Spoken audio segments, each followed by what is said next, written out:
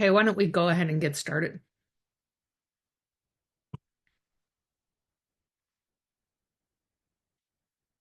So, hello everyone. Welcome to Ask the Grant Writing Experts. I'm Dr. Meg Bouvier. You know me as the creator of your library of NIH grantsmanship courses. I have over 30, actually closer to 40 years of experience at NIH as an applicant, an intramural researcher, a staff writer, and now as a full-time NIH grant mentor. I've helped clients land over $500 million in federal funding, and I'm here to answer your NIH grant writing questions. So grab a cup of coffee and let's get started. So if you're attending live, I see that people are still logging in. Just a reminder that you're in listen only mode, so you can start to add your questions to the Q&A box. You can do that at any time. I have at least one question that was emailed to me ahead of time, but feel free to start loading up your questions in the Q&A box. There's also a chat box that has some information that might be useful to you for today's session. And if you're watching this as a recording, and more people are doing that both on our course dashboard and on our open YouTube channel, just a reminder that today is April 16th, 2025, and everything we say is true to the best of our knowledge as of today, but things move quickly at the federal level, even more true now than ever. So I would like to welcome back my colleague, Dr. Emilie Clemmens, who has visited in the past, and I know some of her clients have worked with her as well. And she has graciously agreed to come back today to talk about SBIR STTR program. And she wrote a terrific blog post, which is posted on our website. You can find the URL for that in the chat. But Emilie, why don't you go ahead and introduce yourself and talk about today's topic? Yes, hi. Thank you so much for having me back, Meg. Always a pleasure. And I'm excited today to talk about this is a new topic, I think, for my visits here to talk about SBIR. So that's the Small Business Innovation Research Programs, federal non-dilutive funding for small businesses. And I am the founder of Artemis Editing and available for grant editing services of all different types, not just SBIR, but lots of experience there. And so that's what I want to introduce and talk about today. If that's okay, I'll just go ahead and get started with the slides.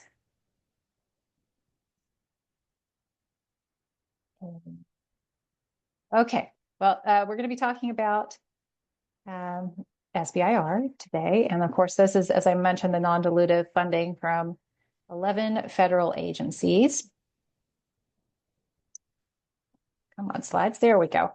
Okay, so a little bit about me before I dive into the info. I have my background's in bioengineering, and of course, I've had more than many hats over my career, but relevant to, or most relevant to grant writing. And one of the reasons I've been invited to speak with this group before was my over 5 years as an SRO for CDMRP at the DoD.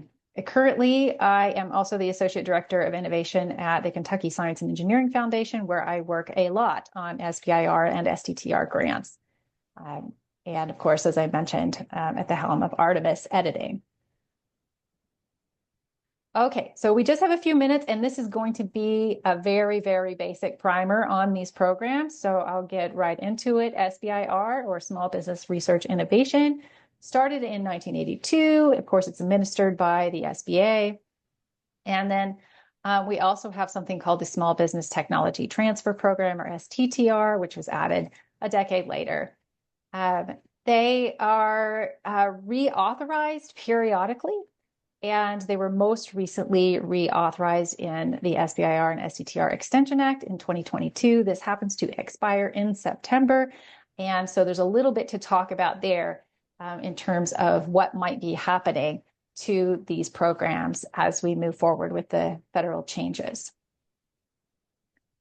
Okay, but the basics about these programs, they were set up to really, of course, support small businesses in the U.S., to stimulate technological innovation and to meet specific federal research and federal R&D needs, and have historically been also focused on fostering participation of underrepresented groups, And then the STTR, when it was added, was really at a call to start to bring some of that technology out of academic labs and get it into a commercialization space. And so imagining many of you are academics here and may be familiar with that mechanism, I'm going to speak a little bit about the differences between the two. But before I do, just really briefly, I'm not going to dwell on these slides. These are the 11 agencies that currently have an SBIR and STTR program. Now, all agencies that have over 100 million in a budget are required currently to set aside 3.2% for the SBIR. Right now, that is for STTR, the value is 0.45%. So it's quite a bit lower. All the agencies offer something called a phase 1 versus a phase 2. And in these slides, you'll see that they are sort of, they're identified by a single figure as what's the amount that is associated with a phase 1 award. And then the double figure, the human figure, is the phase 2 maximum amount for the awards that they provide. And you'll also notice that there's a distinction between whether the agency offers a contract versus a grant.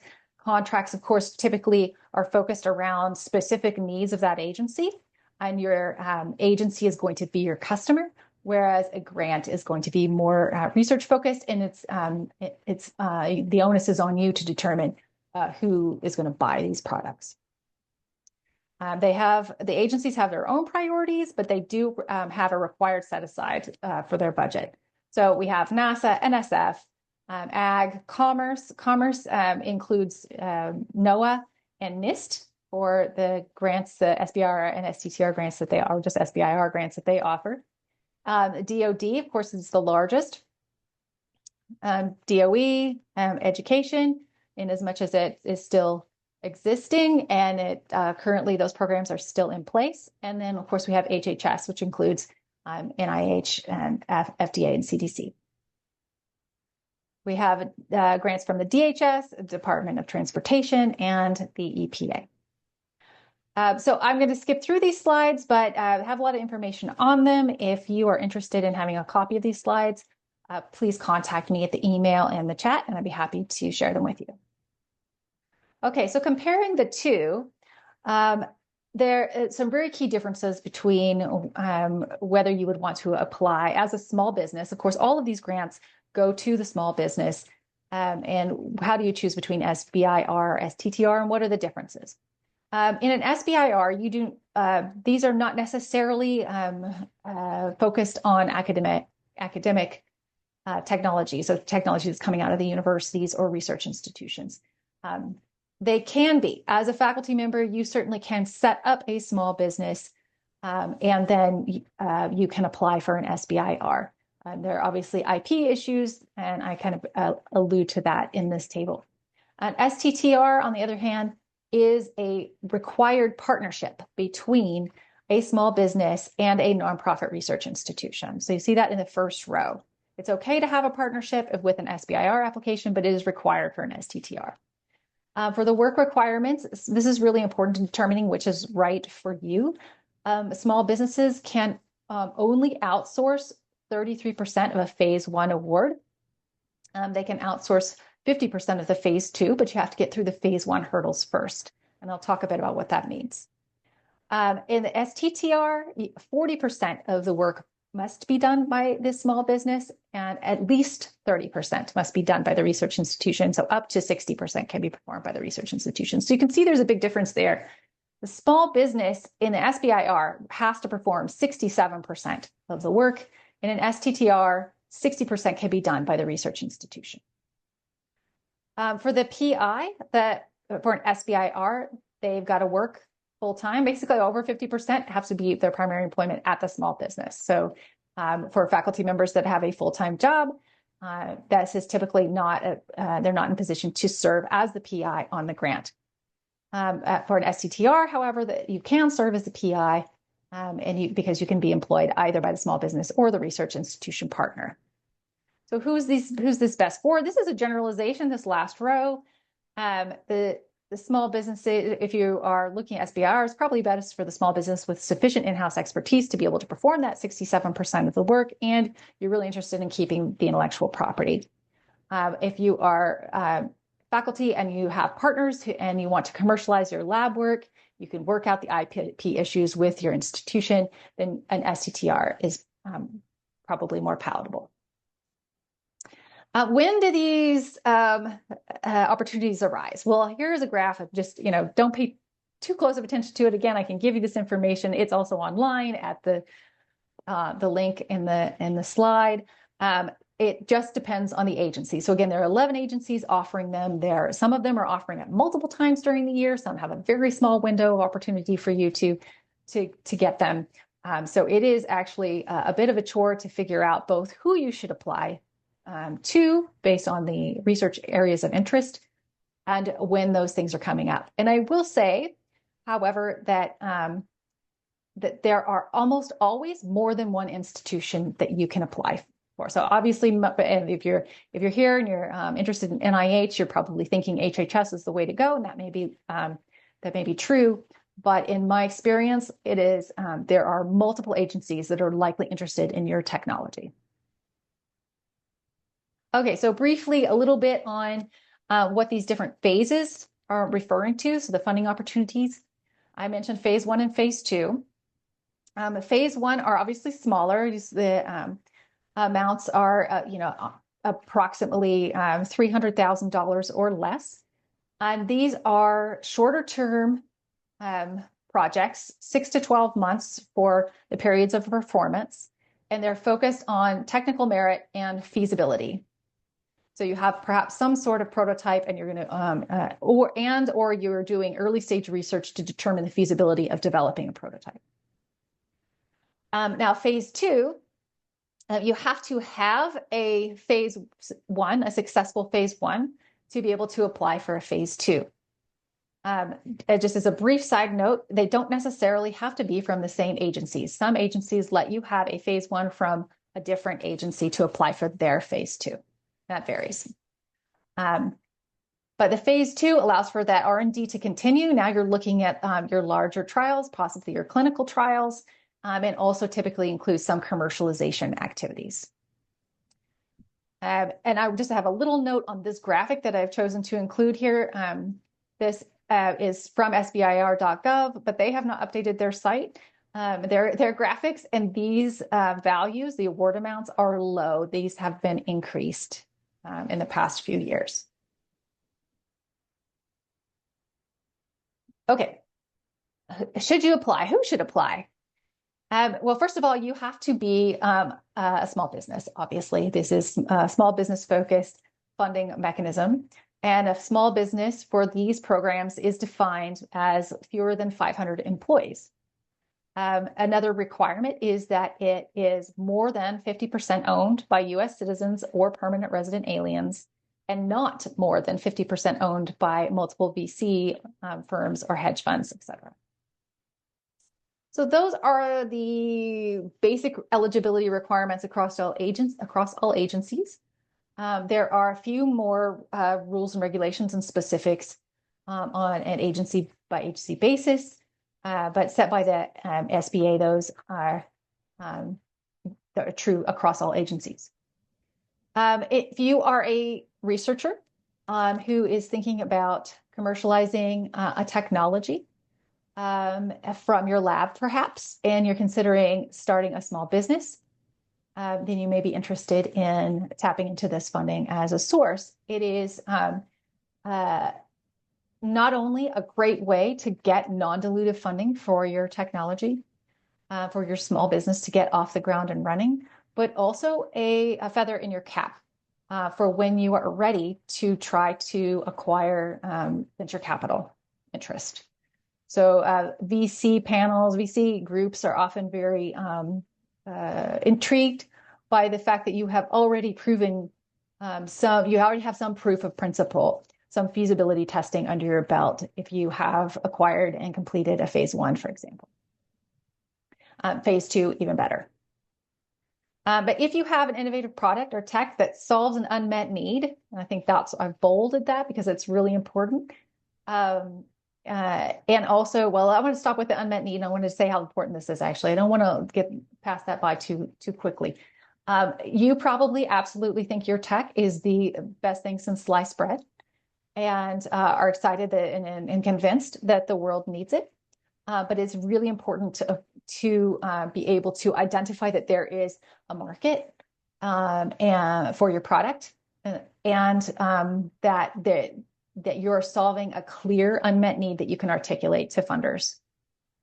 And also, if you are addressing a research focus area of interest, but that one or more of the agencies has identified. So there's a little bit of legwork, and that's something that I can help with, of course, to identify whether or not one of the agencies or more than one of the agencies have a focus area of interest that could be a good fit for your tech. Okay, so I want to just end. I'm a little bit over time for what I intended to. Thank you so much, but I figure many of you might have some questions about whether this is changing. So a lot of changes at the federal level, and my blog post goes into why I feel that, relatively speaking, the SBIR and STTR programs are on pretty solid ground, but there are some potential changes. The programs will be voted on for reauthorization in September. There are some current delays in distribution of funding for awarded SBIRs and STTRs, and that is probably just due to some of the turmoil in the agencies. But no one's, to my knowledge, I can't say this as gospel truth, but to my knowledge, no one's grants have been yanked. There have been, of course, expectedly, there have been requests for changes. DEI efforts asked to be eliminated or reworded or refocused.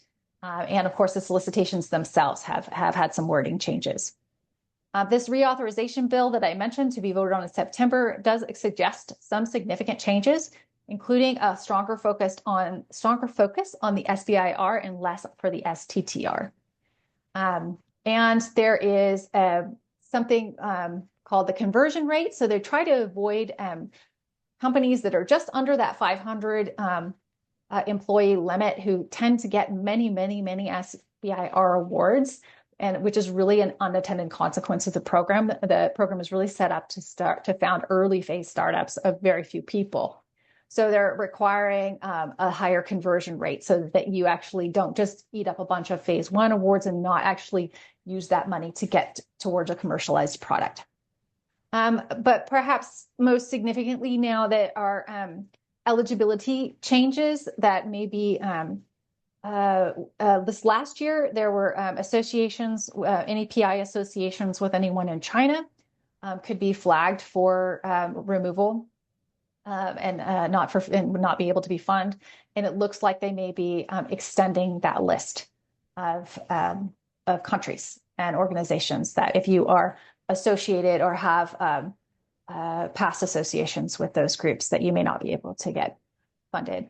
Oh, all right, I'll stop sharing there and just see if we have any specific questions. Yeah, well, there is a question in there that's a more general question, but people can feel free to put in their questions related to the talk or other questions into the Q&A. And just to remind people, there's a blog post that Emilie has written, the link for which is in the chat. And if anybody would like a copy of the slides, her contact information is in the chat, and she's happy to share that with you. So I love these talks. I always learn a lot from you because these are not areas in which I work. And I want to remind people that when I did my presentation on March 19th, one of the things that I did recommend is that if you were ever considering an industry academic collaboration, this is a really good time to look into it. So I think this talk is really timely. And I know that we have a lot of organizations represented on this call, but I know for a fact that there are a number of the organizations represented on this call that have offices where, if you ever thought about commercializing anything in your lab, you don't have to be too far down that road in terms of the thought process. You can just make an appointment and go talk to an office that Really? Yeah, they're usually like under the name of like a tech transfer, or what other names do they go by in universities, these offices? I Tech transfer is the most common. Innovation groups or innovation offices that you might have in there. Commercialization. Yeah. R1 universities typically also have training for faculty members to, that between 5-10 week training sessions that will, if you have no experience, no background in commercialization, they will guide you through the process. And this is going to be um, either free or very inexpensive for you as a member of that institution. So there are Yeah. statewide, there's institutions, the Small Business Administration funds groups like the one that I work for in Kentucky that also offers free services to startup organizations. We work with faculty members. We work in concert with the tech transfer offices as well. So we're all kind of a team trying to help as much as possible. Just a lot of resources, if you're even thinking about it, that are available to faculty to help them navigate the process. Yeah. So you don't need to know much going into this. If you just kind of have the vague idea that you might have something, and you can just go and talk to people and they can help you sort through whether it's worth pursuing. And if you decide it's worth pursuing, they will help with that too. So, like it's really, you don't have to figure this out on your own. So, Oh, absolutely. Yeah. yeah. So there is a general question. I actually love this question, and I think we can both answer this because I have a lot of opinions about this. As a scientific reviewer, and I don't know if this was meant for you or me, but I think we can both answer it. What would you say are the top three things you wished grant writers would do to improve their chances of success? So, Emilie, you can answer this generally or specifically related to SBIR, STTR. And I can Oh, answer first if you want. yes. I've had a little time. I saw this question about 10 minutes ago, so I've had a little time to mull it over. So while Okay, I you, got one. I'm going to okay, get one, and then I'm going to think about two more because the very first thing that popped into my head is that you have to have somebody else do no, yeah, yeah, because you're in a headspace that's different than the reviewer's headspace. Even if you guys are in the same field, yeah, there were still humans, and we're looking for a story. We need to be guided through a story that helps. You don't want to make a reviewer work right, for understanding why you want this money and why they should feel compelled to give it to you. Okay, yeah. so I'm going to think about it, and you go ahead. Okay. And we both do that, but we're not advocating necessarily that we be the ones who edit your Right. application. We're just saying that somebody else should look at it. Sometimes that's Yeah. somebody in your pre-award office or, whatever. Mhm. But so for me, I would say one of the biggest things that sets apart my applicants who are more consistently successful, at least at NIH, is the preparation steps. So, I have my Master of the R series courses in 4 chapters, and the entire first chapter is on preparation, not writing at all, just preparation. And it's all the steps that, like I think the take home message is that you have to fit your funder. They don't fit you. So, nobody is saying that you have to completely restructure your idea, but you're going to have to tweak it a little bit to fit it to whatever the funder is looking for. So that means that you have to do some work to figure out what the funder is looking for and how to make your project fit a specific NOFO, a specific mechanism, and a specific funder at a given time. And in the case of NIH, you're also looking at finding the right study section and talking to the program officer and having them look at your Ames page, like, and scoping out the Ames page. Like I have applicants who come to me and say, "Oh my God, like I gave myself 6 months to write this and I spent 4 of it just on the Ames page." And I say, "Yes, that is what you should do." That's the hard Yeah. part, right? It's like getting the Yeah. scope of the project right, making sure that it fits the time and the budget, that it fits the needs of the funder, it fits the NOFO. You've got the right, your audience in terms of the study section and the agency and the institute. And, you've had people, mentors and program officers weigh in on the project. You're asking questions that will appeal to that study section composition at that time. Like Yes. just scoping out the Ames page and doing that prep stuff, writing it is the easy part. It's getting the design of the project down, all that prep work. That is the hard part, and it's what most people skip. So for me, Yep. it's prep. I would say prep is huge. So, okay, what's your next one? I think relatedly, one mistake that, and this is understandable, it's not even really a mistake. It's that, you're so busy, you really want to recycle as much of the writing content as you can from grant to grant. But if you're not using some of the verbiage from the solicitations, you do have to do that prep work to dig into the solicitation and make sure that that wording that they're calling for, this is our focus area. This is what we're interested in. And you need to include some of that exact language, not verbatim necessarily, plagiarize a solicitation, but you need some of that same language. You need to match what they're looking for because um, they're, even if the reviewer doesn't catch that, if you get past the reviewer into the program review stage, they're going to notice it. And oh shoot, I just lost my other one. Okay, it's coming back to me. I'm Okay, thinking. I know. I'm trying to like hang on to it too. I would say for me, another one is understanding how the review process is going to take place so Mm, that um, you can format accordingly. And so again, I'm specifically an NIH person. That's where all mm, of my background is. And so for me, I think one of the big things that I would like my applicants to know is that NIH applications are skimmed while people are talking at you in a study mm, section. So like your assigned reviewers hopefully read the whole thing ahead of time, but they may have read 10 or 12 other ones. So at the study section meeting, they're skimming to jog their memory. All the other mm. voting reviewers will only ever skim it. So you Yep, need to write it accordingly, which means you can't write it like a journal article. You have to write it like a yep. newspaper where there are key take-home messages with details below. And I can't tell you how many times I've had applicants come to me and show me a summary statement and say, the reviewers said I didn't do this, that, or the other thing, but I did do that. I did say that. And it's like, well, that's a formatting problem because if it's in the write-up and they missed it, you didn't format it properly for them to be able to skim it and find what they were looking for. And man, that's like, again, like half the battle is just formatting to make the thing. I know. And Yeah. I know as scientists, we bristle at that because, it's like this, I don't want to make it look pretty for you. It's the content that matters, but My it science does. is great. Yeah. Right. My science is great. Yeah. And unfortunately, that's just, again, as I mentioned before, they're humans. We're humans. Even the scientists, reviewers are humans with very limited time to review these things. And so Yeah. you kind of have to consider the human attention span and make Yeah. sure that you're really bringing those things to the fore so that they don't have to work very hard.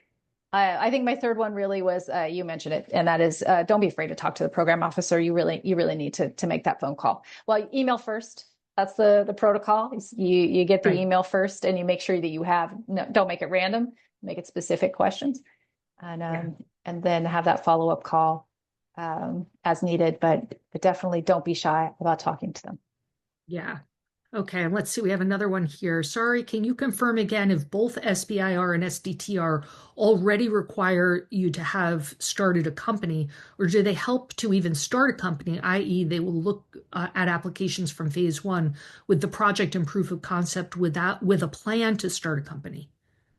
You actually have to have registered as a company, and because in order to submit the application, you have to have this it's a registration number. It's called the EIN, and we EIN and the UI. There's a new one that used to be the DUNS number, and it's the Right. I UIE, know. I think. Yeah. Yeah. But so you actually, you don't, it could be a shell. I mean, really, literally, it can be, I have registered with my state. Here's my number. Here's my official registration number. And I paid my $15 fee or whatever it is, depending on your state fee Yeah. to register. I mean, that could be it. It could just be you as one individual and you're the only employee. So it's very low bar, but you do have to have a name and you have to have that number. But you can still use that phase one money if you, are lucky enough to get it.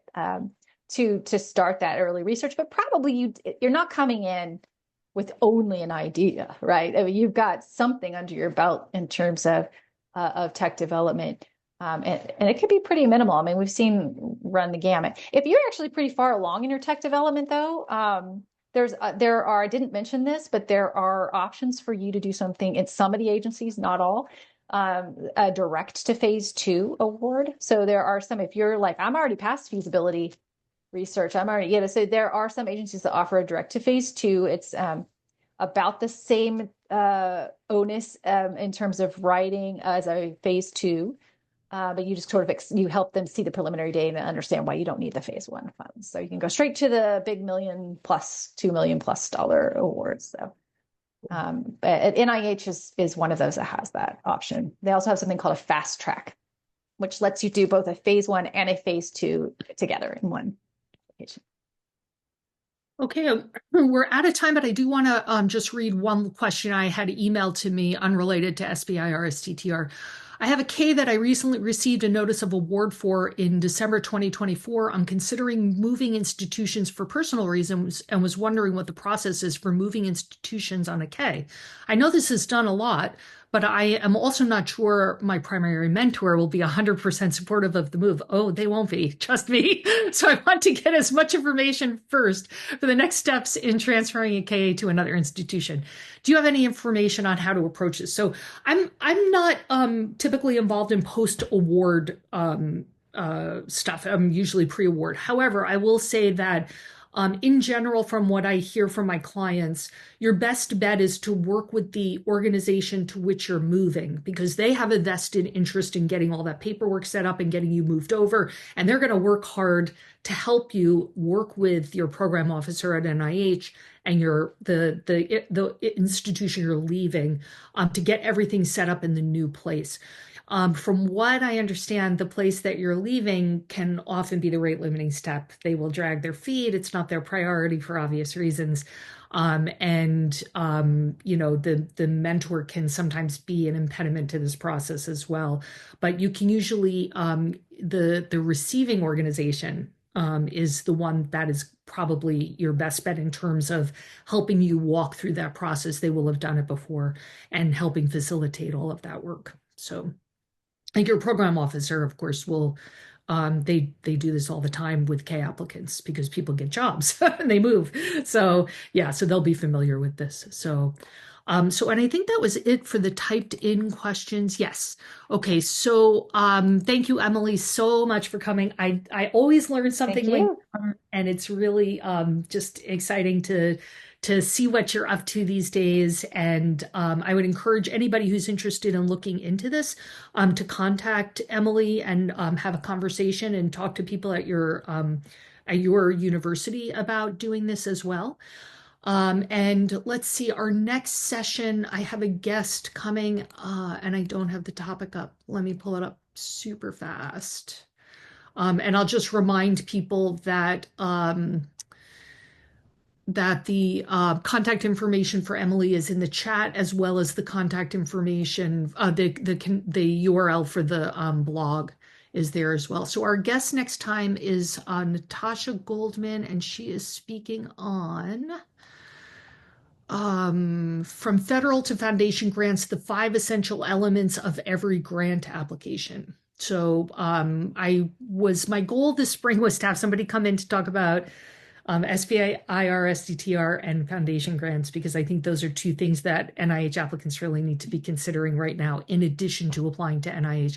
And then, of course, in May, I'll be doing my usual Q&A as people are tearing their hair out, preparing for the Cycle 2 deadlines. So that's what we have coming up for you. I hope some of you will reach out to Emilie and consider, possibly looking into commercialization. And other than that, we wish you the very best of luck in these trying times, and we're here to help you in any way that we can. The work you do is important. You have a lot of people who want to serve as your pit crew and help you in any way we can through this challenging time.